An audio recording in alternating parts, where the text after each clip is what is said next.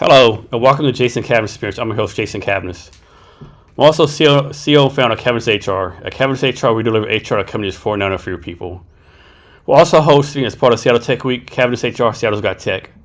Our keynote speaker is Kevin Goldsmith, current CTO of DistroKid, and has a great amount of experience across all types of startups and corporations. He'll be the keynote speaker, and he's selling copies of his book called It Depends, and signed it also. We're going to have 16 tech startups showing demo what they're doing.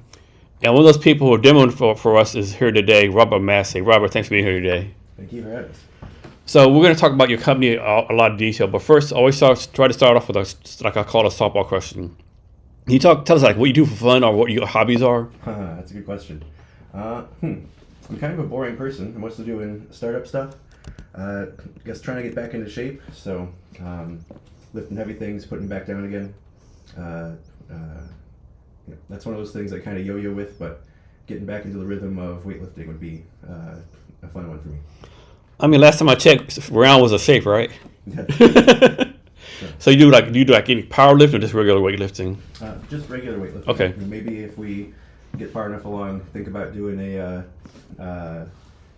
meet one day in the future, but really more just for getting some exercise and for my health type thing. Yeah. Do you have like a standard routine you do, like arms on Monday, chest on Thursdays, or? No, I'm not really. Unfortunately, I'm not really. Consistent enough with it yet. But legs, chest, back, just a rotation like that. So squat, deadlift, bench. And you said in pre-talk you're originally from Wisconsin. That's correct. That's the land of cheese, right? That's correct. So is that really that much cheese there? Is it all in on cheese there? Yes, definitely, that is the case. I don't know. I guess there's all these different cheese making competitions, and people from Wisconsin are routinely the ones who are winning that across Europe or America or wherever they hold those types of things. So when someone offers you like some craft cheese or Bavaria cheese, like what is this crap here? Like this is like manufactured bullshit. Well, yeah. Well, that's on one hand that's true. On the other hand, I'm not a particularly good Wisconsinite in that department to actually like cheese as much as the median Wisconsinite might. But, and how long have you been here in the Seattle area? Yeah, I moved here coming up on 11 years ago when I started my PhD at UW. All right. So that'll be 11 years in September. And you're like a lifetime Green Bay Packers fan? That'd be correct. Yeah. They used to have some pretty good games between them and the Seahawks back in the day. Yeah, that's like true. really good ones. They had the Fail Mary. That one. The Fail Mary. Yeah. I'm a big Cowboys fan. I haven't been a trip to my Cowboys yet. I think maybe been to 3 or 4 Seahawks games. It's a good experience, right? Like I tell people, right, you haven't been to a loud stadium to be in a Seahawks game, right? It's insanity. Yeah, I've not been to a Seahawks game. But yeah, plenty of games at Lambeau back in the day. Amazing. And so, man, that's on my bucket list, right? To see a game at Lambeau. I know it will never come true because here the wait is like 20,000 years long or something to see a game there. Yeah, the line for tickets is pretty robust. Like yeah. If you get your name in now, maybe your children or grandchildren will be able to benefit from it. I know that I think they hosted a Super Bowl draft party there. Didn't a Super Bowl draft there? Yeah. It was like 200,000 people showed up or something. Yeah, more than the entire city's worth of people flew in. I know it's been so. I guess this lady, her front yard is right across the stadium. So that's really insane to have a front yard right by Lambeau Field, right? Yeah, it's a small town, so it's not like it's a big city where you've got the stadium. It's 80 or 100,000 people, I think. I like for Green Bay, it's like run by a public corporation, right? So there's no chance of any owner like, hey, this market's too small, let's go to somewhere else, right? That team will always be there. Yeah, a bit different from the situation with other organizations for sure. Yeah, and I think it's a great thing, right? To me, it's crazy when people want to move stadiums or teams. I mean, I get it, economics and stuff, but still, like, sometimes the lower to, I guess, Yeah. So, the name of your company, does it mean anything or just a random name? No, Astrolabe. So some people say Astrolabe and then they get it wrong, and that's fine. I just have to deal with that. I picked, an interesting name for me. Where did I even get it? There's a couple different avenues to it. One is working with one of our partners, Polaris Battery Labs. They're down in the Beaverton area, down in Portland. The idea there, Polaris is a North Star helping battery companies commercialize their technology. We're a software company providing IT infrastructure for battery teams to help scale their technology. So kind of a partnership between us and Polaris is one of the original impetuses for that name. And so you gotten grants. We're going to talk about how you get like non-dilutive funding in a little bit, but you gotten grants from the Air Force, NASA Science, and to me, there's probably no organizations more farther apart as like cultures like U.S. military and science, right? So how have you kind of like transfixed and like been able to like apply to both places? Mm-hmm. I was former military, so I know how bureaucratic that is. Like, how have you been like kind of like apply to both and been successful at both places? Yeah, well, I guess I would say my most useful skill from grad school has been putting words in the right order for proposals and grants and all that. So we've been fairly successful in that department. National Science Foundation, Air Force, a couple other irons in the fire that we've got there. So yeah, that's been a useful at least starting point for getting the seed funding put together for getting things put together and getting things up off the ground. And remind me what and just like how you were successful with the Air Force and the science, which to me is like two totally different cultures. Yeah. Well, we're still in the process of that's the next trick we're trying to figure out. We're going from some of these R&D grants to proper commercialization. So actively working on a couple irons in the fire on that front as well. The good thing about batteries is they go into all different kinds of things. So you can think about applying batteries for defense technology, for military technology, batteries for electric vehicles, batteries for backup power. Lots of things are obviously becoming electrified, so it's a hot topic right now. Even as batteries are still going to be important. The reason that different administrations think about batteries are going to frame it differently. So before, with the Biden administration, you talk more about climate change and resilience to that. You're still going to need batteries under the Trump administration, except now instead of climate change, we'll focus more on military resilience and being ready for different missions. So the SBR process, right? Like you hear all the time, there's billions and billions of dollars the U.S. Department that wants to invest in, startups and companies with no equity. And, they make it sound like it's easy, but it's not easy, right? Mm. Can you talk about the challenges of going through the whole process, the bureaucracy of it? And there's isn't there like phase 1, phase 2, all these different things you have to do? Yes. I forget about some of these things, but we can dredge some of that up. You got to do all these different registrations. You got to get all your ducks in a row on the admin side. I'm not very good on the admin stuff, so it's there's and it's not like they make it easy. It's not intuitive, right? It's like you would think of it like step 1, step 2, but there's like I'll make this up instead of step 1, step 2, it's step 1, step F. It's like very convoluted, right? Yeah. It is. Once you know what's going on, then you can kind of get into the swing of things. But obviously, it's not an intuitive process. I'm trained as like a physicist and engineer. I can understand things when we're obeying some law of physics. It's a little bit different when you're dealing with human bureaucracy, where you just have a rule. It's a rule for the sake of having a rule, or there's something happened to make that rule exist, but it's not necessarily clear to anyone involved why that. We need this signature from this person on this date, and all the extra, a lot of administrivia to take care of. It's almost like some random bureaucrats like make up rules to justify their job, right? Yeah, I mean, hopefully that's not the case. Hopefully there is a reason they do stuff they do, but sometimes just like, Yeah, it's one of those things where it's like, okay, this is what we got to do. We'll do it.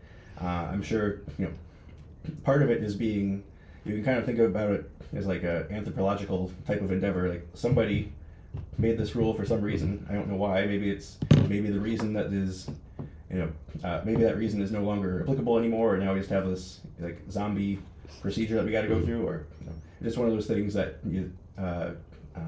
something as big as the federal government tends to accumulate bloat in. Yeah, exactly. Yeah, and so for the amount of money you got, was it worth the time and effort I put in? I'm guessing it was. Yeah, I have to say yes. Okay. Obviously, it was a lot easier, right? But was it worth the time and effort you had to go through?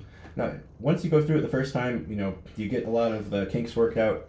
The first time we applied for an Air Force contract, I would say you'd think grants and contracts are very similar, but in the one of the platforms, I think it was sam.gov, something like that, you have to click a button to say we just want grants, or a separate button to say you want grants and also contracts. and we only had the one button clicked. We didn't have the other button clicked. So because of that one button, we got our first grant rejected. So I had to go reapply, and everything worked out just fine there. But type of thing that had to wait another 3 months instead of doing something today. We had to wait another 3 months to go through the next submission cycle for our first phase one. That's crazy too. Like I'm saying that governor trying to apply for contracts from our country. It's like if you miss something, you got to wait a long time, and nothing's intuitive. It's like I had a lady helping me from Apex, Melinda, and she I would never in a year thought this would be the next thing, right? She said, "Yeah, Jason, just yeah." Yeah. No, I mean it's very unforgiving if you've got like one T not crossed, then you're try again next time. But so what advice what advice you have for anyone to go starting the process now? Sorry? What advice you have for anyone starting the process now besides don't go batshit crazy and be patient, I guess. Yeah, man. No, it is a long-term type of endeavor, so I would just frame it in terms of a learning experience. You're either gonna I want to say the SBIR specifically, it's like a 15% win rate, maybe for the phase one. Maybe it varies somewhat from agency to agency. All these different agencies, we've got DoD, Army, Navy, Air Force have their own program. DOE, Department of Energy, Department of Transportation. Just depends where you're trying to slot yourself in. First of all, so make sure it's a good fit for whatever that agency is trying to accomplish. DoD is trying to accomplish a specific mission, so they want a very specific thing as an output for what they're doing. Versus National Science Foundation is more broad, so you can kind of pitch a wider range of technology that you're hoping to eventually commercialize. So like you said, SBIR, you have to be solving a specific problem for the Department of Defense. So what problem did you pitch that you wanted to solve? Yeah. Well, the ones that we've gotten historically, that's been more focused on electric aviation. So obviously, there's not a whole lot of flying aircraft just yet, but it's an area that there's a lot of time and effort in being deployed to go and solve some of those types of problems around, okay, how do we take a battery and make it fly vertically up in the air and then fly for 100, 200, however far you can fly it, and then land safely back down again. So that's one of the most demanding things you can try to do with a battery. So that was one of the applications that we've been looking at. Drones, robotics are another area of emphasis. Backup power for microgrids, that's another thing that we're looking into for one of our next applications. So don't tell us how much money you got, but does Air Force say, the post they give you like $10 million?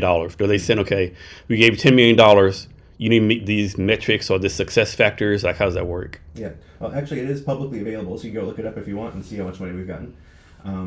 But yeah, it's kind of defined by your whatever your TPOC is, technical point of contact. So unfortunately, we had a little bit of a turnover with a handful of the guy who signed one of our letters of support, retired before we could finish or even start the project. So we're successful for deploying our technology and de-risking some things, but not successful at transitioning it to the warfighter just yet. Is the current status there. And when you win a contract, does the military say, okay, you won this contract, but Colonel Joe Blow is going to be on your board. Colonel Joe Blow is going to give oversight. Does any of that happen? Probably for bigger ones, not for us just yet. We're still, a small fish in a big ocean right now. So we've gotten to phase one, we've gotten to phase two. Like I said, we've not quite transitioned beyond that scope yet. But obviously, there's the more interesting things you're doing for the DoD, then there's the more people from higher up in the echelon that you can rope in, either as helping with the business development process or understanding the requirements or all these other things that again I don't want to talk out of turn because we haven't quite gotten to yet. Okay. But yeah. And then you spent some time at something called Pacific Northwest Astrolabe. Can you talk about that? Mm-hmm.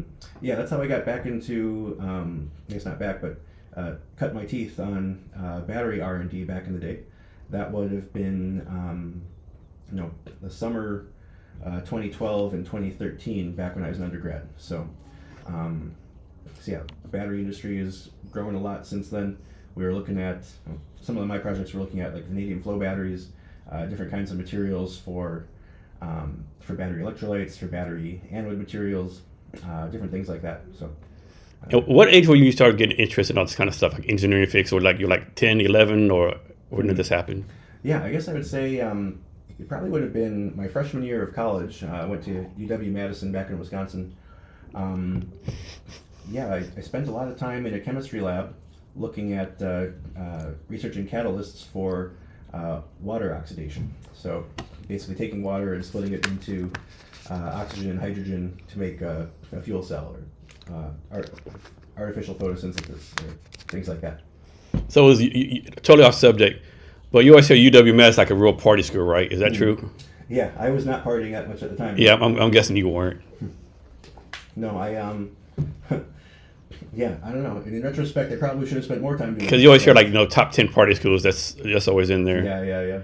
Another bucket list. I always want to go like one of the college games there. That's the team where they play the jump song, right? Yeah, jump around. Yeah, I think that'd be interesting too. So you have a PhD in something called material science. What in the world is material science? Yeah, it's one of those things. It's kind of like the ugly stepchild of engineering. It's not quite physics, and it's not quite engineering, and it's not quite chemistry. Originally material science was like, okay, how are we going to go and refine this steel to get a certain grade of steel or a certain kind of aluminum, or originally it was more focused on metallurgy and things like that. Once you get to a certain point, everything kind of blends together. So, everything's very interdisciplinary, batteries especially. You need electrical engineers, you need chemical engineers, you need mechanical engineers. It all kind of blends together in order to like make any product at this stage in the world. But material science is basically the study of all these things around us. Somebody had to go make the plastic. Somebody had to go make the glass. Somebody had to go make the steel or wood or all these different things that had to be processed in some way in order for it to make it to in front of us now for whatever product that is. So this is total like science fiction stuff, but why do you think we haven't figured out yet how to take this plastic table, I don't know, burn it down, melt it, make it into aluminum or something? Like how come we can't easily change one material to another material? Well, I guess that's turning plastic into aluminum is more like alchemy, so that's a little bit of a different type of thing. You can turn plastic into recycled plastic, and then obviously there's a lot of different regenerative type things people are working on there. You can do it, but it's more like particle physics, or I don't exactly know how you go about doing it. That's like a type of stuff you do at CERN, where you're shooting a whole bunch of protons at things. Then now it goes from being lead to gold. Okay, so some people will say you have to be sort of mental unstable to get a PhD, right? Yes. Fair. Yeah. Because you're working long hours, you pretty much have no social life. It's basically it's a big time commitment, right? Yeah. And then I'm making this up. I think half the people actually don't make it through, because it's too hard for them, or some life comes up, right? Yeah. So why get a PhD, and then how are you able to actually successfully obtain your PhD? Yeah, good question. This is what I always tell people now. If you're not sure why you're getting a PhD, don't do it. And I always discourage people at this point to say, if you really have your heart set on it, then my disapproval is not going to stop them. And if they're on the fence, then just it's going to be brutal. So you're better to quit now than you don't want to be halfway through it and then have a crisis of faith or whatever it is that you got going on. And, if you have your heart set on it, go do it. But you don't need it. Yeah, I give people the same advice. They ask me, should I start a stuff? My preferred answer is always no. No. Yeah, if you need somebody else's permission to do it, then no, you're probably not going to have the passion and all that kind of stuff to go to. Yeah. I always joke around sometimes that you want to start a company, you need to have some kind of mental health test. I'm guessing it's kind of the same way you get a PhD, right? You probably need to get some kind of mental health test before you start your PhD, right? Yeah, I'm a crazy person. I don't pretend to not be a crazy person. It's just one of those things. So you just kind of, at this stage in my life, you just own it. And if you're normal, you're not going to get a PhD. You're not going to start a company usually, there's a lot of weird people out there doing great things. I used to take it as a negative when people called other people weird, but now it's taking more as a badge of honor almost, Yeah, right. It's well, like I said, I'm a weird person. At this point, I own it. I'm not trying to be somebody I'm not. This is what we're dealing with at this point. So yeah. So I'm guessing you're done with education, right? No more PhDs. Yeah. So for PhD, like, is that for life? Like, can anything happen where they come take it away from you? Oh yeah. I mean, yeah, I don't think so. Okay. I don't think so either. Yeah. Yeah, unless they dig something up and then they decide, no, we retroactively hate this guy. We're gonna, he's a persona non grata. But I can't think of. No, I think I'm stuck with it. Okay. Yeah. So I think I pulled this from your bio. For batteries in military applications, does the gap between what battery developers think they need to compete on versus what actually matters to the soldier? How did you figure that out? Yeah, well, this is just one of those things. I'm heading up a subcommittee with the Military Power Sources Consortium, and this is a initiative that we've been running for the past, I guess, coming up on 9-ish months now, something like that. Yeah, there's lots of people who are trying to commercialize new battery technology. The military is a good test customer because kind of small volumes, but always looking for an edge for more power or more ability to do more. Can we make the drone last longer? Can we make whatever they're doing just more reliable or last longer? Yeah, I guess to your question, lots of people are trying to say, okay, we're going to compete on cost, which is a terrible strategy for batteries in general. But yeah, so especially in the context of the military, it's a very complicated enterprise sales process that you're endeavoring to go do there. And again, I have a software company. I'm not selling batteries, so I'm speaking a little bit out of turn. But just to focus in on the things I can say with confidence would be, you are delivering new technology to the warfighter or to whomever your end customer is. There's a lot of different silos between you, the battery developer, the people acquiring the battery, the people doing the contracting, the people who are signing off on things, the people who are actually using it, all these different silos of people who don't necessarily talk to each other. And because of that, it's a weird game of telephone figuring out what the actual things that matter are. So in the context of DoD applications, you really want to make sure you're doing something that you couldn't do before. You don't want to say, okay, we're going to reduce your the cost of batteries for your unit or something like that. That's not really a compelling value proposition. You really have to say, okay, we're going to make your drones fly 20 minutes more, or something like that, as opposed to increase lethality by 2% or some kind of metric, right? Yeah. Yeah. So something, you have to figure out what your customer cares about and increase that metric. So I'm guessing there's all kind of batteries, like the lithium batteries, D-cell batteries, but batteries for cars. Is the process for making them all pretty much the same, or all batteries pretty much made out of different, like the same materials, or it's like each battery has its own process, own material they use? Yeah. I mean, it is a bit of a zoo. It depends on what battery you're talking about. So lithium-ion batteries, we're getting better at making those at scale, and by we I mean mostly the Chinese and I guess Tesla to a certain extent.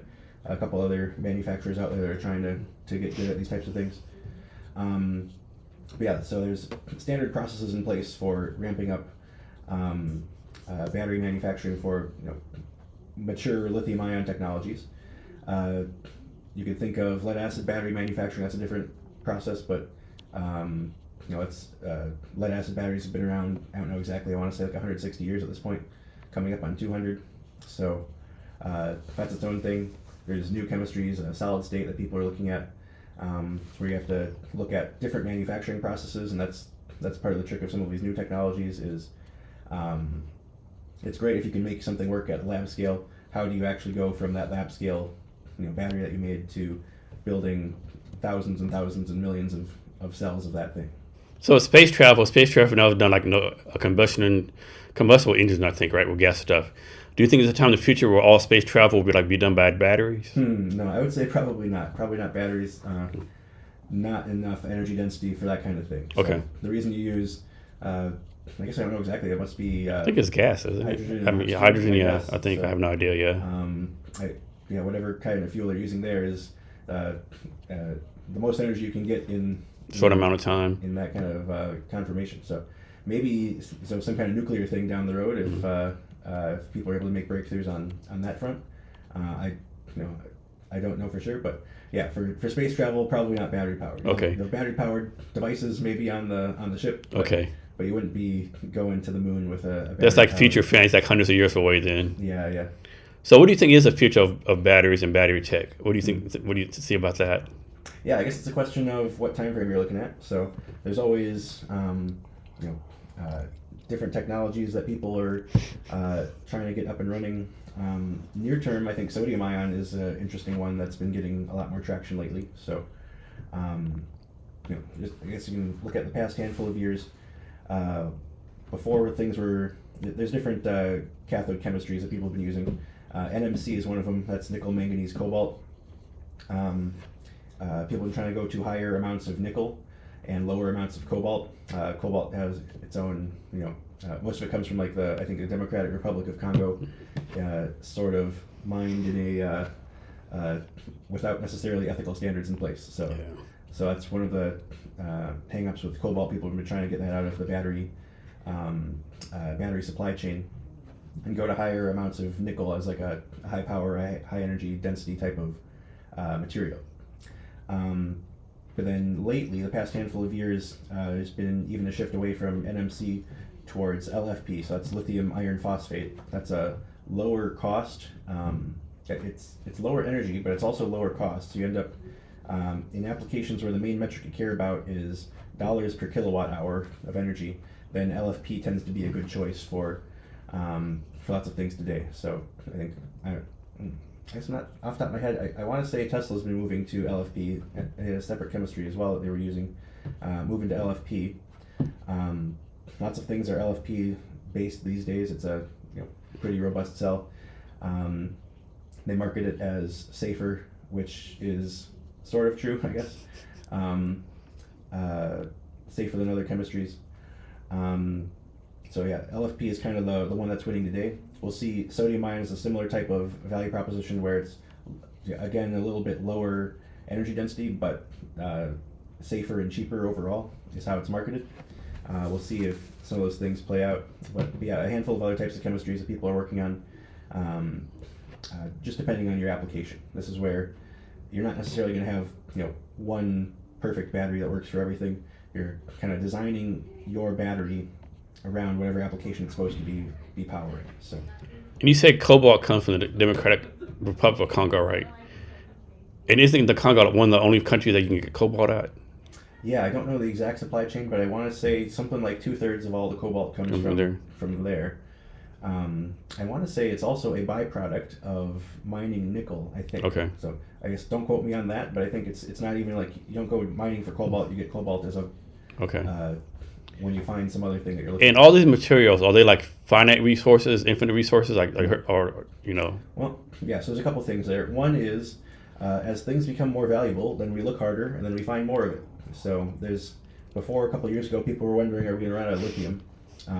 It seems like the answer is no. There's all kinds of deposits that we keep finding. Just if you look hard enough, it's just a question of, it's not a question of is there enough lithium, it's a question of how are we going to be able to mine it out, economically enough to make it worth it. Which again, mining is not necessarily my forte, but this is my understanding is that there's more than enough lithium to go around. Is there any of these materials in the United States, or we have to go like to Africa, different countries for these other materials? Yeah. Let me see here. For lithium, there's plenty that we found. I don't know if there's too many active mines. I think Tesla put their gigafactory in Nevada because it's near where one of the lithium mines is. So I think that one might be active. Yeah, with lithium iron phosphate, that's the idea there being the source material for the iron is dirt cheap. That's not necessarily the limiting thing there. Most of the graphite is the negative anode in most batteries right now. So most of the graphite is certainly refined in China. I don't know if that's where the source is. There's all these different things in the supply chain where you have to dig it out of the ground, you've got to do some different processing steps, then you assemble it into the cells, and you assemble it into the packs, and you integrate it into whatever the final product is. I know most of the supply chain is in China. I don't know exactly what breakdown each of those individual steps are, but graphite. I want to say China had impounded some kind of restrictions on exporting graphite in the last handful of years. So you've been able to combine, deep technical expertise with business, right? Most people can't do that, right? Either they're deeply technical and they fuck up the business, or vice versa, right? How have you been able to kind of combine the both of them? Well, I've also been fucking up the business stuff too, but it's one of those things. I would say that you make a bunch of mistakes and then you learn from it, and then as long as you don't make a mistake that kills you, then you can live to fight another day and regroup there. So yeah, I would say I'm an engineer. I like to undersell and then over-deliver, as opposed to the other way around. Maybe I would be better off if I was a bit more of a showman, but I try to stick to the things that we can make strong claims about, that we can back up, as opposed to, I think there's a certain amount of people who are good at creative storytelling. And then you can decide for yourself, okay, where is the line between, selling the vision versus like outright fraud. There's a fine line, right? Yeah. So that's not necessarily my skill set as an engineer. I'm trying to okay, how can we make sure that our plan is grounded in reality? There's all these different goals that we want to achieve, longer term, 5-10 years from now. But day to day, I guess I got my thinking more tactically in the weeds on, okay, this is what we need to do to get to this next project figured out, or line things up for a next customer, or whatever the problem du jour might be. So why did you decide instead of doing traditional fundraising to go the non-dilutive route? Yeah, well, I guess it's a combination. One, without being sour grapes, it's not necessarily to the previous point, not a skill set that I have at the moment. Not even a skill set I'm super excited about developing. The way I've been thinking about it is, every minute I work on my pitch, or try to impress VC, I'm probably just spent off building a better company. And then, instead of trying to, pitch a half-baked company, why don't we just get all our ducks in a row, and then once we've got something that's ready to scale, then we'll think about VC funding more readily there. So it's not been on my radar. We'll see how some of these things go. I've been, skillful enough as a grant writer that we've been able to get our first couple million of funding through that route. So it's been a good starting point, at least. So who are you building your company for? Who's your so-called perfect customer? Yeah, we've been going back and forth with this for a while. We've been, I think we've been making a mistake that we've been trying to be a bit too broad, casting our net a little bit too broad. So we're not necessarily, I can't go over to Tesla and say, hey, Elon, I've got some software for you. They've already got teams in place that are handling the types of things that we're doing. But on the other hand, there's lots of, smaller, I wouldn't say mom and pop, but, smaller battery pack manufacturers for commercial or industrial applications. The type of company who's building batteries. They would like them to last longer. They want to make sure they're safe. They would like to invest more on the software side of things, but don't necessarily have the resources to build this out in-house. So that's where we're able to come alongside a company and be like a battery data science arm for them to help scale up their taking their batteries, which may or may not have super sophisticated telematics, and just adding more sophisticated capabilities for managing the life and performance of those assets. So it's not like a lot of people that have an unrealistic expectation on the batteries, right? You might have your iPhone and you'll be on all day long watching videos, downloading stuff, and how's my phone on 10%? Well, you've done all this stuff on it, right? Mm-hmm. Is that anything to change? That just always be people have just unrealistic expectations about their batteries? Yeah, I think it's one of those things. A couple things. One is batteries are all about give and take. You make one thing better, you're going to make something else worse. That's where you're trying to design your battery. Okay, do I need a really high power battery for this application, or do I want it the battery that goes in a pacemaker is different from the battery that goes in a Tesla, is different from the battery that goes in these other things. So hopefully anyway, right? Right. So one aspect of it is designing to the specific application. The other thing is, as we add more energy density, the electrical engineers are always coming up with more ways to use that additional capacity to go and come up with cooler power electronics or different things on the electrical engineering side of things. So it's always a race between the people who want to do more with your phone or your laptop or whatever that is, and it's a race between the electrical engineers and the battery folks. And do y'all have like a predictive analysis platform also? Yes, we're in the process of building that out. How does that work? What's that going to do? Yeah. So basically the idea is, okay, we're going to harvest the data coming off of your fleet of batteries, forklifts, scooters, whatever the application in question might be, get that into our platform, and now you've got a single source of truth to have visibility into how your fleet of batteries are performing. So. And how you convince people that need this service? Yeah, that's a good question. So I'm not really in the business of convincing. It's more like we find people who have this type of problem and say, okay, here's a solution for your problem. This kind of goes back to the salesmanship. We find people who have the problem. I'm not trying to convince somebody who doesn't have the problem that they need this. If you want your batteries to be smarter, or you want your batteries to last longer, or you want whatever types of issues you may or may not be running into in your day-to-day operations, we can provide this extra level of analytics to go and step one, just get visibility into things, and then step two, provide recommendations for avoiding unexpected downtime and making the battery last longer.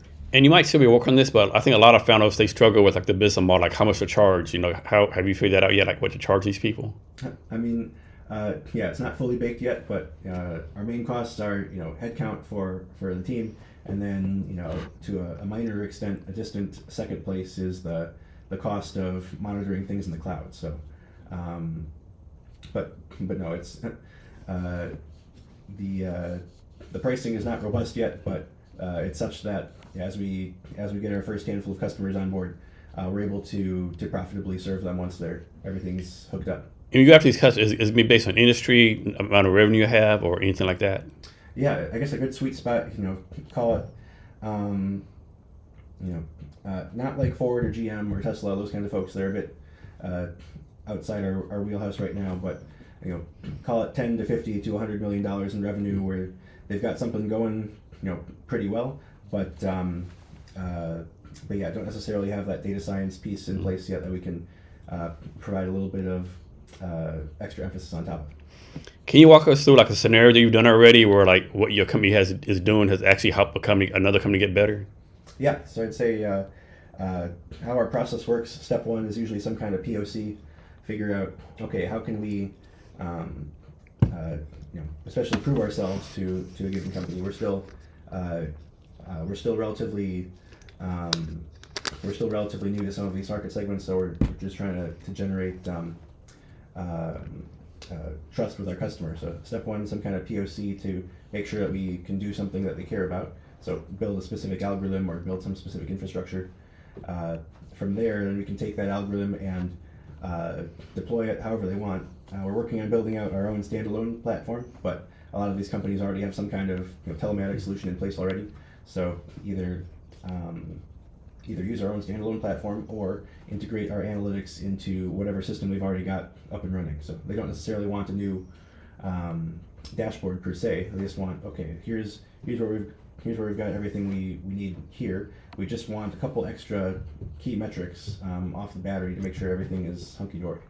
So for example, let's suppose someone has a trucking company, have like, we'll say 300 trucks, right? Mm-hmm. And they come to us, hey, our battery performance of trucks is going low. Like, how would you improve their battery performance? How would that work? Yeah. I guess, step one, that would be maybe design a POC just to look at the data and see what the data says. So maybe they're doing something weird with their routing where they're getting too low into the depth of discharge, and now they're degrading the battery faster than expected. All different kinds of things could be happening. But the first step would just be, okay, let's look at the data, see what kind of issues we've been running into, and then that would either help us recommend, okay, here's the lowest hanging fruit that we can do. Maybe change the way you're charging the battery, keep it within a certain window, or if it's like a fixed route, that's kind of different from like a bus route, you kind of know where the bus is going to be going. Versus if you're an Amazon delivery driver, then you're could be all over the place. So those are a little bit different use cases there. But broadly speaking, yeah. Step one: look at the data, see if there's anything that jumps out at us as far as, okay, this, 100 of these, you've got 100 of these trucks in your fleet. Maybe 98 of them are doing really well, but these two here, either the driver is, whoever's driving that is abnormally abusive to the battery, or there's some defect in either in the manufacturing QC, or could be any number of things. But yeah, that's where we come into step one: provide the visibility into what's going on, and then once we kind of triage things, then we can make recommendations from there. And I'm guessing all batteries eventually die, right? Like, so when a battery dies, I'm guessing you're supposed to recycle it versus just throw it in the trash can. Is like certain places you're supposed to recycle batteries at? How does that work? Yeah, it's a good question. It's one of those things where the infrastructure isn't quite there yet. People are working on it, but for example, the battery in your laptop, for a long time, there was not super robust infrastructure for recycling that, just because it's a handful of batteries in that type of thing. Versus now that we've got an appreciable amount of electric vehicles on the road, they start to die, or they start to have some kind of problems, or they just get retired from service. Now you've got thousands of times more batteries to deal with. Now you can start to build out the infrastructure for setting up some of these companies that are aspiring to either recycle these batteries, either crunch it up and then start over and send the materials back as feedstock for somebody else, or you can think about repurposing it. So maybe it's not very good as a car battery anymore, but it could still be a backup power solution for your home and your backyard or something like that. So that's an active area in the battery field right now, is figuring out, okay, what do we do with these batteries as they wear out? And on a long enough time horizon, it'll take probably another 5-10 years to work out the kinks, but eventually it'll be a full closed loop process of, okay, we don't need to dig as much stuff out of the ground anymore because we've got a steady state amount of lithium or iron or whatever that feedstock is for the amount of batteries that we need. And so you started a company doing your PhD research. Can you talk about the light bulb moment you had? Like, and it just clicked you, we were like, I had to start this company. Man, that's an interesting story. Yes, we've been through a couple iterations since we originally started it. I don't know how often I tell this story, but what ended up happening, I want to say this was, I think it was 2015 going into 2016. I was back home for Christmas, back in Wisconsin, and my dad, we were driving from Madison to pick up my brother in Milwaukee. My dad was driving, it was me and my dad, and he fell asleep at the wheel. I look over, I'm in the front seat, I see we're kind of veering over into oncoming traffic. I look over at my dad, and he's asleep at the wheel. I quick grab the steering wheel, and we narrowly missed running into a semi truck. So it just dinged the side mirror. It didn't, like, we didn't get in a crash or anything, but it was enough to get the adrenaline pumping and all that. That was kind of the impetus for me to say, okay, let's at least take a chance at I had this idea in the back of my head to go start a company. Let's go dive into it a little bit more heavy duty and see where it takes us. So we actually went through a couple different iterations of the company since then. I guess you'd call them pivots, but yeah, that was kind of a light bulb moment, if you will. So one of those, I'm not be here tomorrow. Let me fucking live my life to the best I can, right? Yeah, fuck it, we ball. Let's see if we can't do something useful with this battery stuff. That's a definite original story right there. Yeah. Like, from death to almost now, like starting a company. Yeah. I mean, it's, I don't want to oversell it, but yeah. It's a great story, though. It's enough to get the adrenaline pumping, and, I was, like, shaking a little bit, like, oh, man, I almost died. We didn't have to go to the hospital or anything, nothing. Yeah, but still, I imagine your nerves are, like, spider senses going off. Yeah. So you pull over to the side of the road. I drove the rest of the way. My dad took a nap. Yeah. I don't know, but yeah, that was one of those things that, you know, it's like, okay, let's go and enter one of these UW business plan competitions and see where it takes us from there. And yeah, it's been kind of the through line since I guess 2015. And one thing I don't think people realize how much startup stuff happens at University of Washington, right? Mm-hmm. The startup hall, there's all these different things going on there, right? It's probably like one of the top places to do a startup, I think. Yeah, we've definitely gotten a lot of support from UW, from the Burke Center, from Foster School. So yeah, UW's been great for us. So you got your bachelor's or undergrad from University of Wisconsin.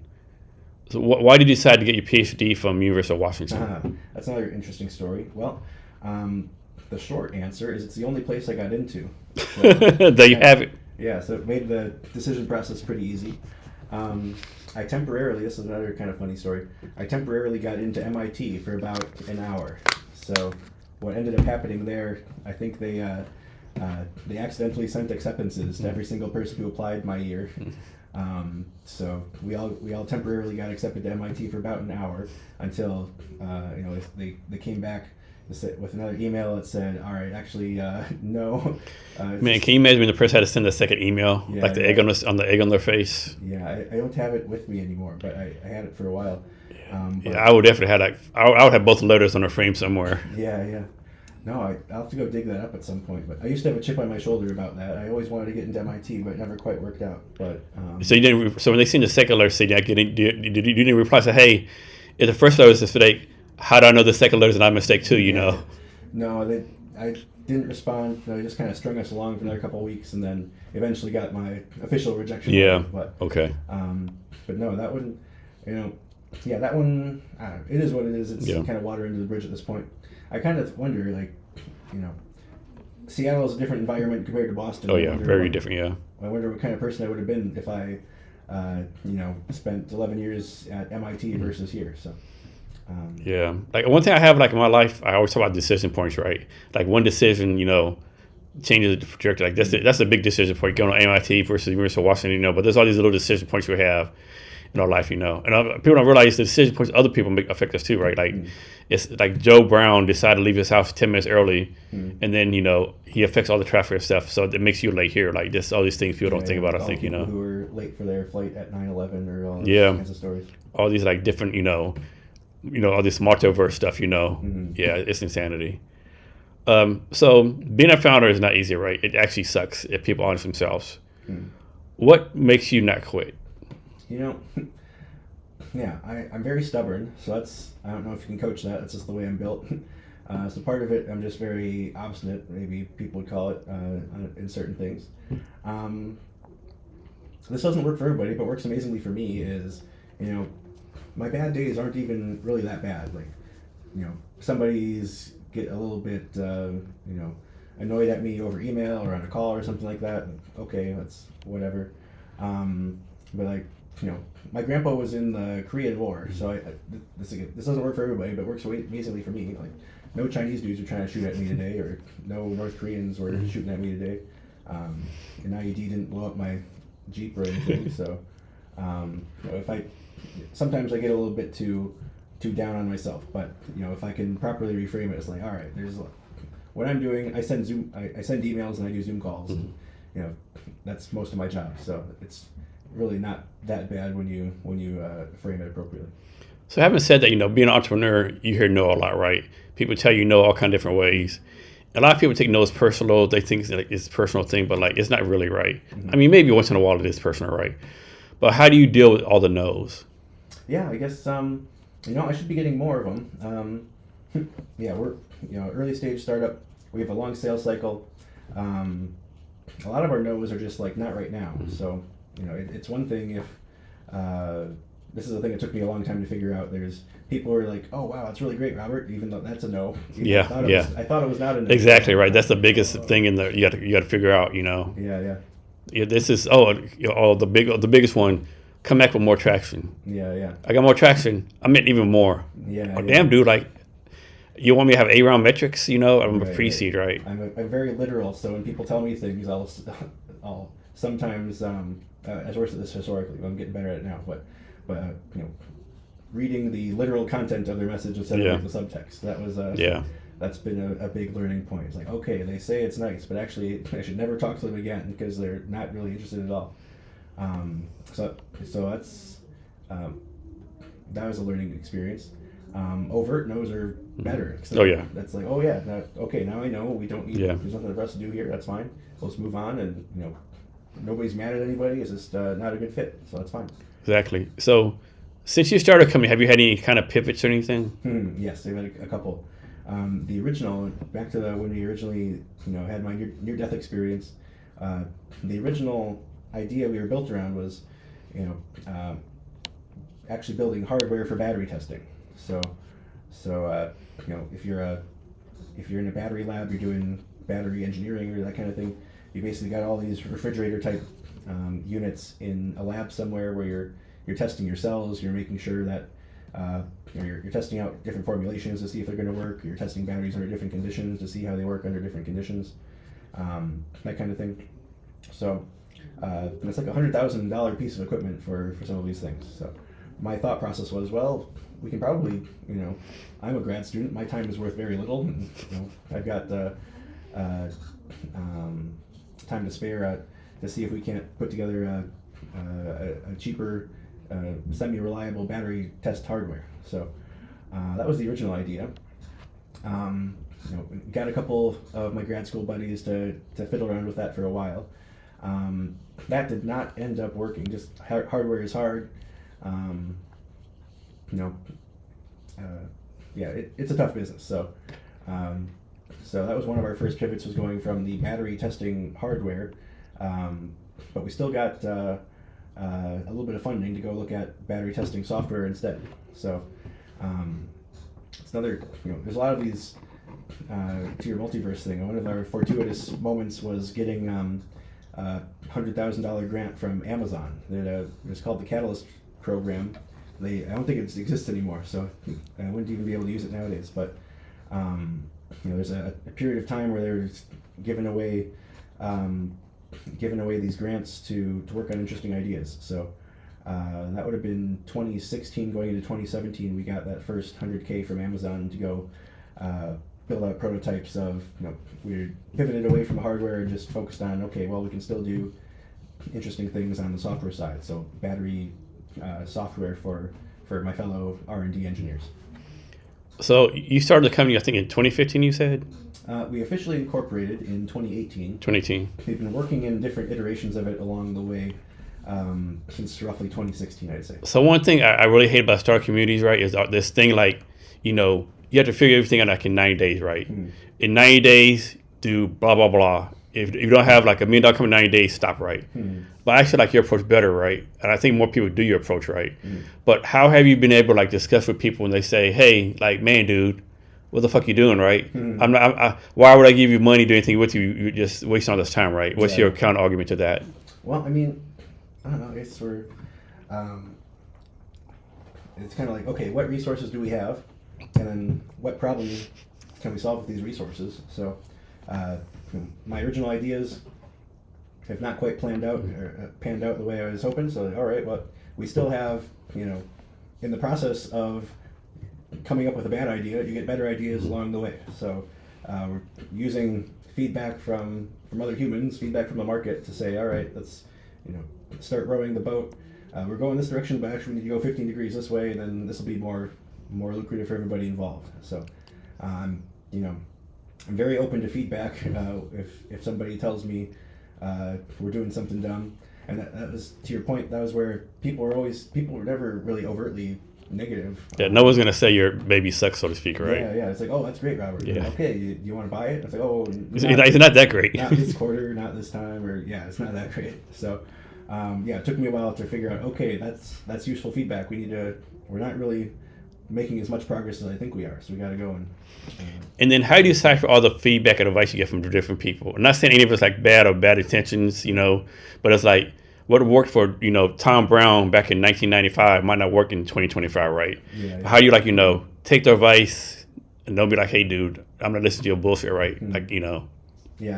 I guess you kind of have to filter it through. First of all, okay, does this person have the results I want? And if I don't need to take a homeless person's advice on how to build my startup. I'm going to kind of filter that out. Versus if it's a guy who's done something useful and then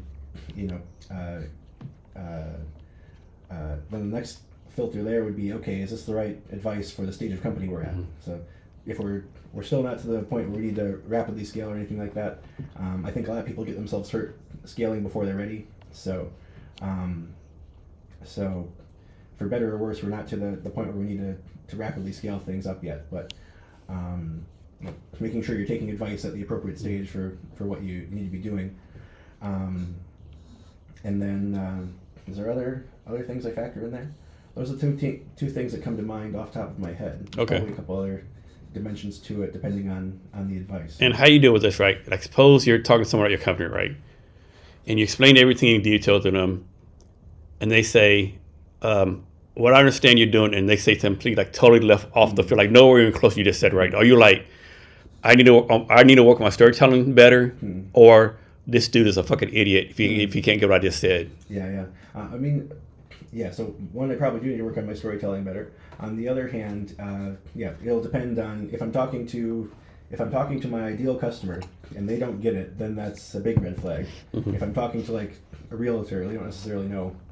They don't need to know about battery engineering per se. So there's a different level of detail we can go into. Like, okay, we make the batteries last longer and we make them not blow up. That's a good synopsis of what we've been doing. And this is a thing I've been messing up historically was, we're a battery analytics company. We do battery analytics, but nobody necessarily knows what battery analytics means. So we've been in the past handful of months working on getting a crisper focus in on the things that our customers actually care about. Like, our customers don't want battery analytics. They want the batteries to last longer. They want them to not catch on fire. They want them to work when in these mission critical scenarios where they're supposed to be working. So are you like a hardware company, tech company, climate company? What kind of company are you? Yeah, that's a good question. We're a software company, I would say. On a long enough time scale, we'll probably do a lot of different things. So we've got our analytics in the cloud now. We've got some irons in the fire looking at embedded, so taking the analytics and putting some of them, onto embedded hardware, and that'll be a separate thing. So that's a little bit outside my personal wheelhouse, but we can go and, depending on the application, I think it'll be critical for DoD things as well. Sometimes it's better in the cloud, sometimes it's better embedded, where you don't have any latency or security type issues. I guess we're kind of all of the above. We're kind of climate tech. It's another one that's been a little bit of a difficult story to tell. Where we're not directly sucking CO2 out of the air or anything like that. We're helping people make better batteries, where we can kind of retroactively figure out a number for, okay, here's all the batteries that we've extended their life, and that is X amount of lithium we didn't have to dig out of the ground to make the new batteries that this battery replaced. And it's a bit of a convoluted story that we've not quite dialed in there, but there's certainly a climate aspect to it as well. Do you think you'll ever actually make batteries? It's not my goal. Maybe it's not my goal. I'm open to it if there's all these different things that I have not planned for, that maybe making batteries ends up being part of the process if need be. Certainly there's different values for being closer to the actual hardware itself. So we'll see what's in store for us. It's not my plan, but we'll see how things shape out. So you're doing a demo at my event, Cavness HR Sales Got Tech. Can you kind of walk us through what we plan on doing for the demo? Yeah, I guess there's a couple different things that we'll be showing, but the main idea being, okay, we get data from somewhere. I don't really care where the data comes from. All these different pieces of infrastructure have different communication protocols and ways that they're recording data and all that. So as a battery guy, I think of myself as a battery guy. I don't really care where the data is coming from. Just give me the data, and it all kind of boils down to time, voltage, temperature, current. Other things you can everything could basically be derived from your time series data around voltage, temperature, current, and a couple other key features there. So the algorithms kind of work behind the scenes. The dashboard that we'll be showing the visitors will be, okay, here's a hypothetical fleet of batteries. X of them are doing pretty good. Y of them have some weird issue that we'd want to flag for either preventative maintenance or remove it from service immediately. Or this battery is going to catch on fire, get it very far away from it as fast as you can. Different things like that. Is this some kind of interactive demo where people can take part in it too? Yes, it will be. Yes, I'd say you can click through and okay, here's where we get the data. Here's the data getting crunched in the background. Here is the final results of, imagine yourself as a fleet operator. Here's the state of health for all your batteries. So the event is part of Seattle Tech Week. So talk more about the actual tech of it. Like, how does the tech work behind it? So like I said, we just need the data in some format. So vehicles have CAN bus data, drones have different ways of communicating, telematics have different ways of communicating. It doesn't matter to me. It's all, like I said, it all boils down to time, voltage, current, temperature. Our key IP is basically around different algorithms for estimating state of health, state of charge, state of power. We've got a patent pending method for identifying a weak cell in an overall battery system. So the idea there is whichever batteries are the weakest, that is the one. If you got say a giant refrigerator, shipping container full of batteries, the ones that are the weakest are going to be detrimentally pulling down performance and safety for your system overall. So if you can monitor, say you've got like a shipping container for stationary storage, you've got thousands or tens of thousands or hundreds of thousands of cells in there. Down selecting from all 100,000 down to the 100, for example, of the ones that are going to be the biggest problem children for you, will help the asset manager, not get in the news for your battery system catching on fire and you have to evacuate the town next door and all these other bad things that sometimes happen if things go sideways. And then so how for cars like Ford and GM makes most of the cars, do the same few companies make all the batteries? Yes, so there's different suppliers. I guess off the top of my head, a lot of the manufacturing is in China. So CATL is the biggest one. There's a limited amount in Japan and Korea. So Sony, Panasonic, those kind of folks. There are different amounts of efforts of folks trying to stand up manufacturing here in the U.S. So, but yeah, it is dominated pretty top heavy by the top 3, 4, 5 companies.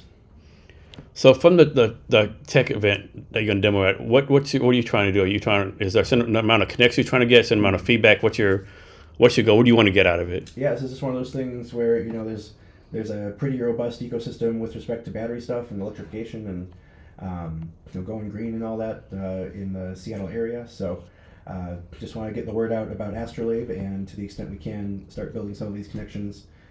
We've got a long sales cycle, so if I can shake hands with people today, maybe a year and a half down the road, then there's something for us to do for these different fleets or these different transit authorities or all these different organizations. And the people that are going to be at your table, what's the number one thing you want to get out of it? The number one thing, just get the word out. It's the way I think about it is I plant a bunch of seeds. I don't know which ones are going to germinate, but just get more publicity for Astrolabe and position ourselves for success moving forward. And then how about the person walking by the table? What's the number one thing you want them to get out of it? For them, I'll give them the rundown on battery safety and performance. So I'm happy to answer their questions if if our ideal customer comes on by, then we'll give them the rundown there.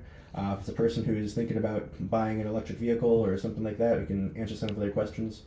Home storage or do-it-yourself. There's all kinds of different folks doing different levels of safety when it comes to some of these things. But lots of do-it-yourself interest in battery home storage systems. And how do you keep up to date everything, like on battery science, founder stuff? Like, how do you keep up to date everything you have to keep up to date on? Yeah, I try not very hard, I would say. There's certain things where there's a couple things that are mission critical for me to solve to move the company forward. I do have a big backlog of links that I'll collect. Like, okay, I have to go read this paper, not today, but I'll think about maybe absorbing that eventually. We'll see somebody publish something that seems pretty applicable to what we're doing, so see if we can see what we can glean from what other people are doing in the field and integrate that into what we're up to. But yeah, there's only so much you can do with 24 hours in a day. So I've not necessarily even been very good at this, but I try to focus in on, okay, what are the top 2 or 3 things that are going to move the needle for the company, and then get those things done. Who else is doing this besides you? As far as like competitors, Yeah. there's a couple other startups in the similar realm, in the general battery analytics space. I would say our main competition is internal R&D teams. Mm-hmm. So it's like a buy versus build type of question. So a handful of other startups, but it's really does this company want to do it themselves? Which a lot of times they, what's the expression? Not invented here syndrome. That's something that we're into. If they want to do it themselves, then that's great. But we're trying to provide a differentiated offering to say, okay, here's what you've got right now. Here are the things we can provide off the shelf, and then kind of cast the vision of here are all the things that we on a long enough time horizon build out infrastructure for quality assurance, build out infrastructure for monitoring in the field. Once you have some of these things set up, then you by default have infrastructure for saying, okay, now at the end of life we can go hand this off to the next person, either for recycling or repurposing. But yeah, this is an active problem I'm trying to solve for myself, is figuring out how we what's the right combination of words that will help click what we're doing into our customers' brains. But so how does your company become successful, whatever successful is to you? Yeah, we're a pretty lean team. Success, different levels of success. The one I'm focusing on right now is let's just bootstrap our way to profitability to the extent possible.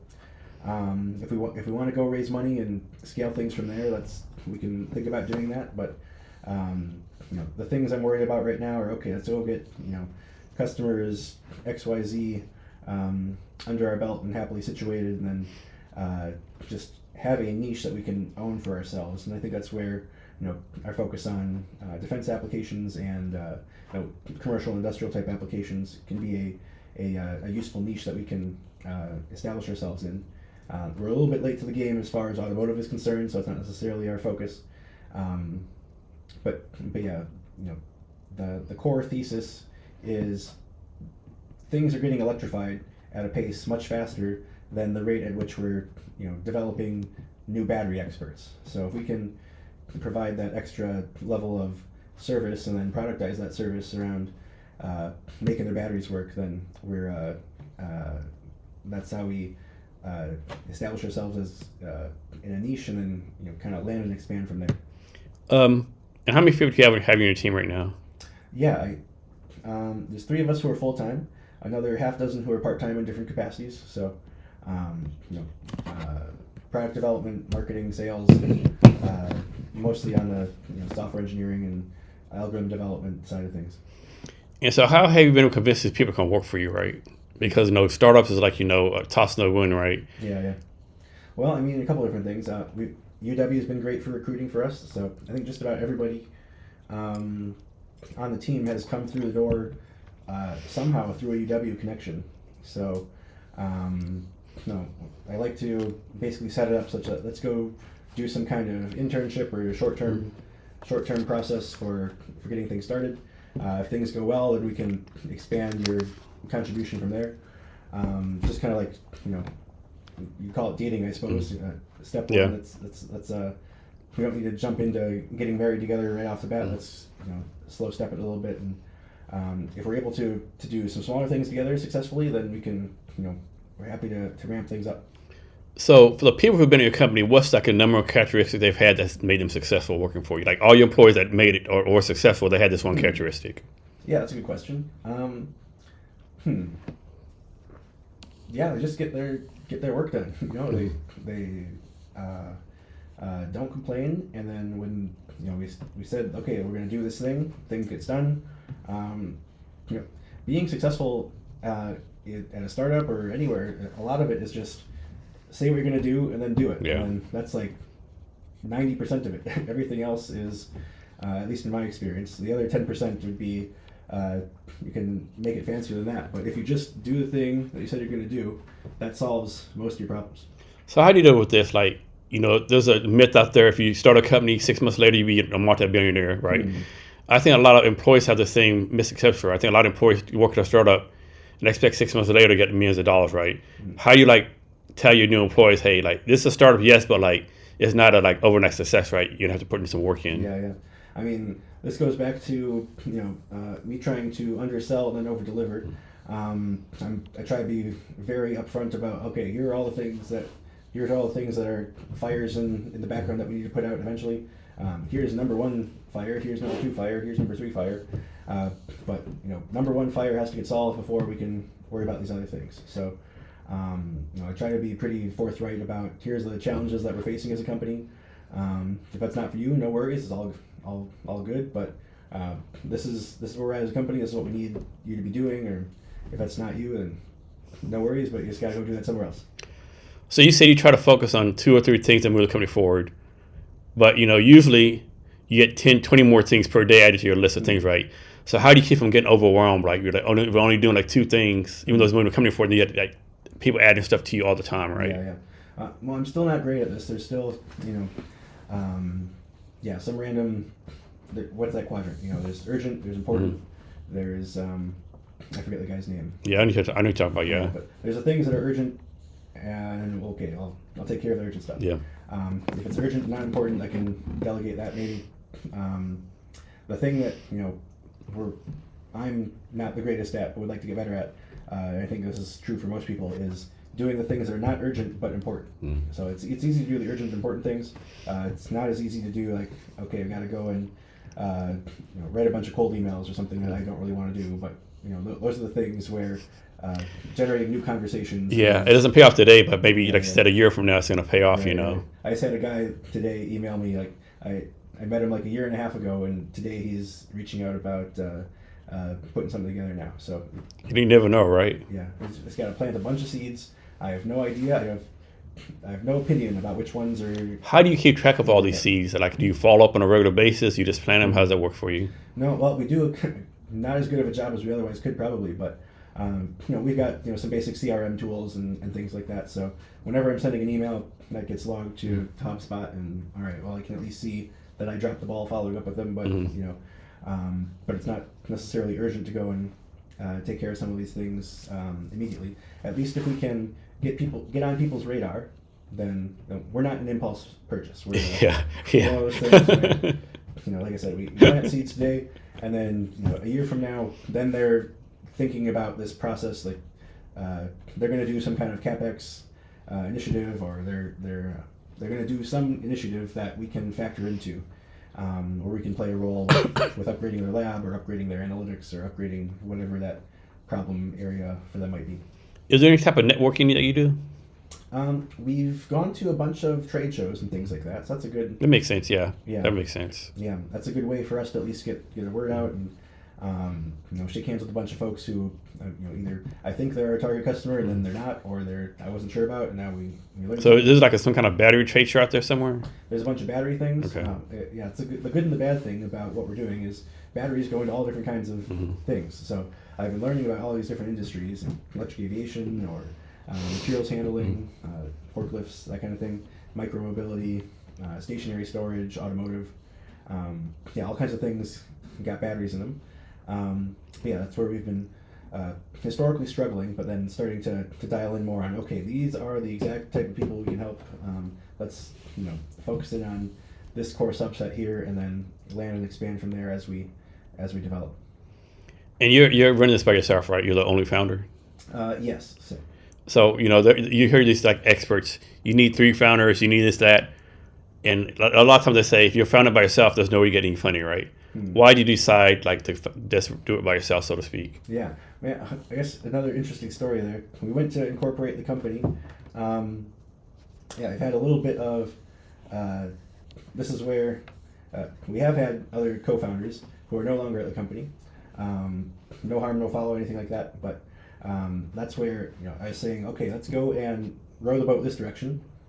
We get to one of these pivot points, and it's like, okay, things are not going as well as we hoped we were. So, if they've got a better opportunity, then they got to go do something else. More power to them. That's understandable. But yeah, we've had have had co-founders in the past who are no longer at the company. But it is one of those things where still had still had rounds in the chamber. So let's just keep on trucking and see what we can do with going from here's the original plan. That plan is kaput. We got to go try this other thing. Some people don't want to go down this other path. That's fine. But this is the new initiative we're pursuing. Do you think you ever bring on a co-founder in the future? Or you're like on your own for now? Like someone came in like, man, you tell the really passionate, they really love what you're doing. Like, man, I want to be a co-founder and actually offer you a good deal for equity and stuff. Like, they don't want to cap the company. They want to make 10, 50%, and they actually add value. Would you actually take them on as a co-founder? Like, okay, that's I've done that in the past. That's no more. Yeah, no, I mean, I'm open to it if it's the right fit. That's again one of those things where let's see if we can't scope out. Okay, if you can accomplish X, Y, Z, then these are the things we need. Then if you can deliver, then happy to compensate you for delivering on some promise you can make. So let's suppose back to hiring. Like suppose like someone's listening to this and like they're like really geeked out about batteries, right? For whatever reason, right? They love batteries and they want to like work for your team. Mm-hmm. What would they have to do? So they reach out to you on LinkedIn. Like what do they need to do? Yeah, I guess a combination. One is I don't have any openings right now. Happy to talk if there's a fit. If they just want to get on my radar, I guess that's fine. Don't have any openings right now, but yeah, we just reach out to me on LinkedIn, find my email, go to our website, that kind of thing. It's one of those things where I do get a decent amount of inbound people asking for stuff, like if there's any available openings. Yeah, unfortunately not right now, but happy to get on my radar if people are interested. And who do you have anyone you consider as like your mentor or mentors? I've got a little bit of a revolving roster, I suppose. Different people kind of come in and out depending on what the stage of the company's at. I've actually talked to Kevin Goldsmith a couple times, so in the Seattle area. Okay. It depends on the specific thing that we're worried about. So. Different things with sales or marketing or, I wouldn't necessarily say, full-on professional holistic life mentors per se, but I'm happy to get input from different people from different walks of life if they have some result I'm interested in getting. Happy to talk to different folks on commercialization or technology or those types of aspects. So the second part of the question, I mean the more important part, are you mentoring anyone right now? I would say not yet. I guess. I would say not yet. Okay. So what's a skill you don't have that you want to learn? I mean, I guess getting better at the sales and marketing piece is one of the main bottlenecks for us right now. So that's been an area of interest for me. I'd say we're not great yet. We're getting better, but slowly but surely getting the pieces put together there. Have you checked out the UW sales program they have? I have not. So I took about this year. It's it's a certificate under the business school, and they like have all the students in the sales program. It's like a semester course. They all have to get internships between I think October and it's especially not for like the spring semester. They start early October. It's like I have like 100 students who can pick it up. I had one recently. It was a pretty good experience. Yeah, I gotcha. Cool. So what's your future goals for yourself? For me personally, yeah. It's a little bit hard for me to, me and the company are pretty well intertwined to a certain extent. So. The main goal right now is let's see if we can't get to profitability. So then if we're profitable, then we don't need to raise money or anything. We can have it as an option, but not like a need it to not die type situation. So just be a productive member of society. If I can make the forklift batteries work, then then I have done my small part to make the world a better place. If we can make the forklift batteries work, then we can probably land and expand to other types of things from there. And do you have like some kind of factory you work out of, like a office, home office, things remotely? How's that work? We've got some space at WeWork. We've got some space at Commotion. Okay. We're mostly, like I said, I do Zoom calls and emails for my job, so I mostly work from home. But yeah, we've got folks who are here in Seattle. We've got people all over the place, so we're a distributed team. Most of the work just gets done. My work gets done from my apartment, more or less. So let's suppose we'll go back to the truck company. Suppose the truck company's headquartered in Nashville, Tennessee. Mm-hmm. Do you actually have to go to Nashville, Tennessee to do all this kind of stuff? How's that work? Not necessarily. It helps to go fly out there and shake hands and meet people face to face for some of the sales type stuff. So that's definitely good. We don't need to.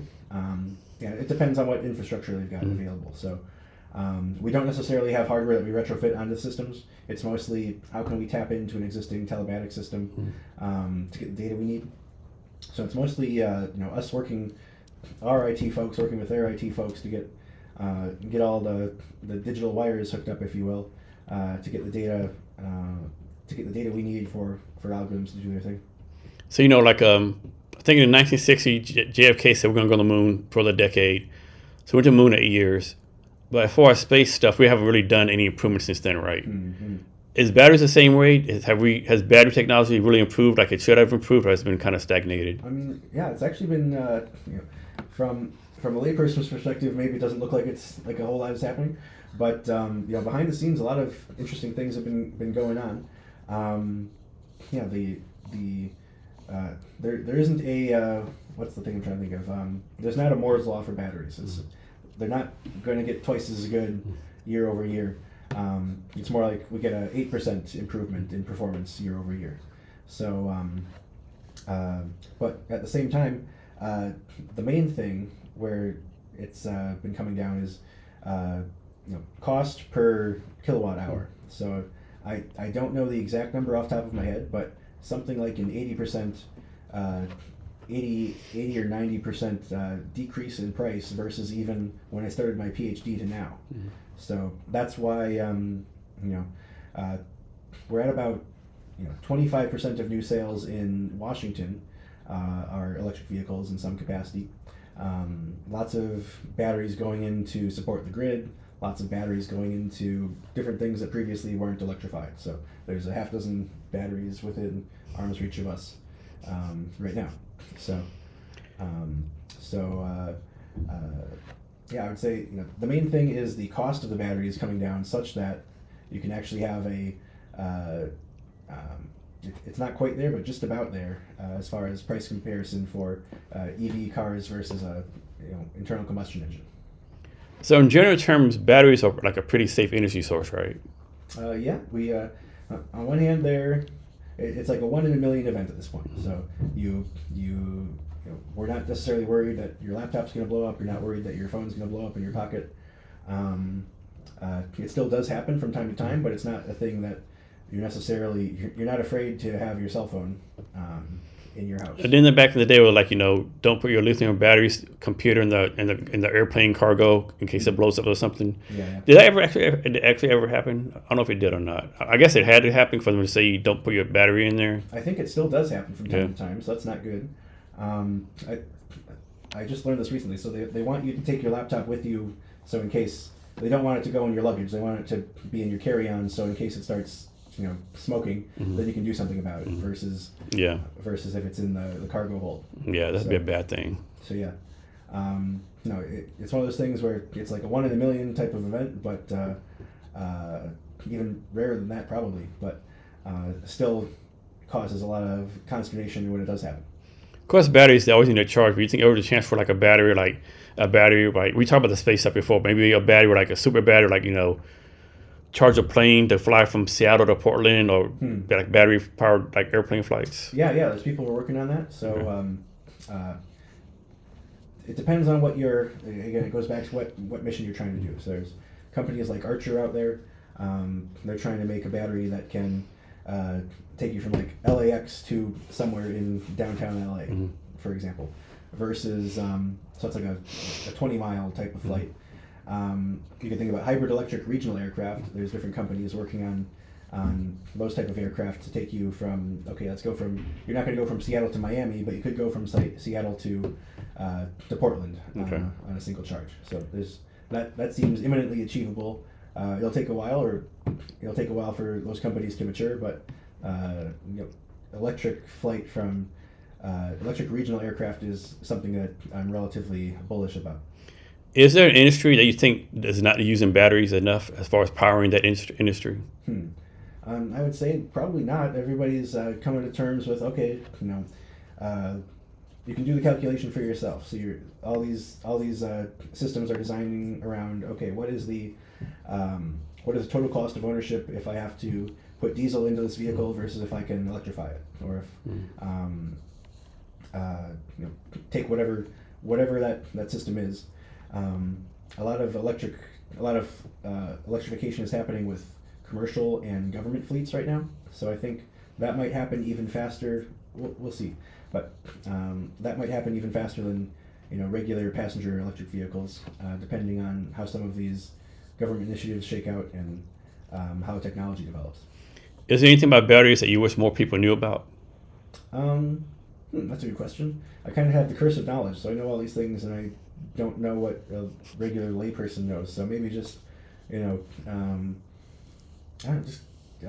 stick to the basics. We can say, okay, here's the battery, here is the positive electric material, here's negative electric material. The lithium is squiggling back and forth as you charge and discharge your battery. I guess the main thing, to your point, the cost of the batteries is coming down so fast, much faster than anybody ever expected. This is the main thing. If I go back and showed myself the cost curve for batteries from like 10, 15 years ago, it would have been astounding. I'm guessing the size of the batteries went down a whole lot too, right? So you can decide, do I want to, I guess the size of the battery roughly stays the same. A lot of the times what ends up happening is, do I want to have the same amount of energy in a smaller space, or do I want to have the same space but have more battery in there? So in general, it seems like system designers are deciding to have the same space but add more battery. So you have like longer service life, for example. Okay, this is a totally random question, right? I'm probably put out how dumb of a kid I was, right? We know a lot of the time when kids are small, they'll look at the battery, get shocked. What, can you explain the science behind that? I guess, so the battery is an electrical circuit. When you put it in your mouth, you're now completing the circuit, and the electricity, as the electrochemical energy stored in the battery, is now running through you from one side of your mouth to the other as discharges. So stupid kids you do as a kid, things you do as a kid, right? Yeah. So you're getting whatever that 1.5 volts at however many amps that you're discharging into your mouth. Yeah, luckily it wasn't dangerous because a whole lot of kids be fucking dead right now. Yeah. Just don't eat it. Yeah. So for your company, you want to be like nationwide. Of course, nationwide. You're like trying to be global, like number one global battery company. Like you have like big dreams, like conquer the world, all that kind of stuff. Yeah, I mean, we're happy to. We had a project in Bangladesh that was actually funded by USAID, so that was unfortunate.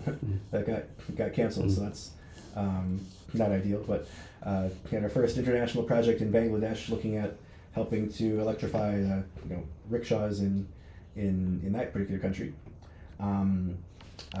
We're a software company. We can deploy wherever we want, more or less. A couple irons in the fire in Europe, in South America. So wherever there's for cloud analytics, wherever there's an internet connection, we can make things happen. Okay. Is there anything I should have asked you? I haven't. Anything else you want to talk about? No, I'm not a very talkative person in general, so I can't think of anything off the top of my head. But no, happy to have hopefully educated the audience and get the word out about Astrolabe. So how can people help you out? Yeah, if you are a person who's got a fleet of batteries that you're working on, upgrading your analytics, you want to increase the lifetime and performance, you're worried about batteries catching fire, reach out, go to our website, reach out to me on LinkedIn. Happy to talk and see if we can't provide some combination of products and services to ameliorate those issues. And can you tell us how to reach for people to reach out to you, either social media or any other way? Yeah, probably the best one would just be LinkedIn. Go, Google, go search Robert Masse on LinkedIn, and I should pop up there. And can you give us any advice on wisdom or anything you want to talk about? Debatable how wise or good judgment I have, but I'd say just don't be a coward and don't quit. That's those are the things I'm up to. Yes. Robert, thanks for your time today. I really appreciate it. Thank you. And to our listeners, thank you for your time as well. And remember to be great every day.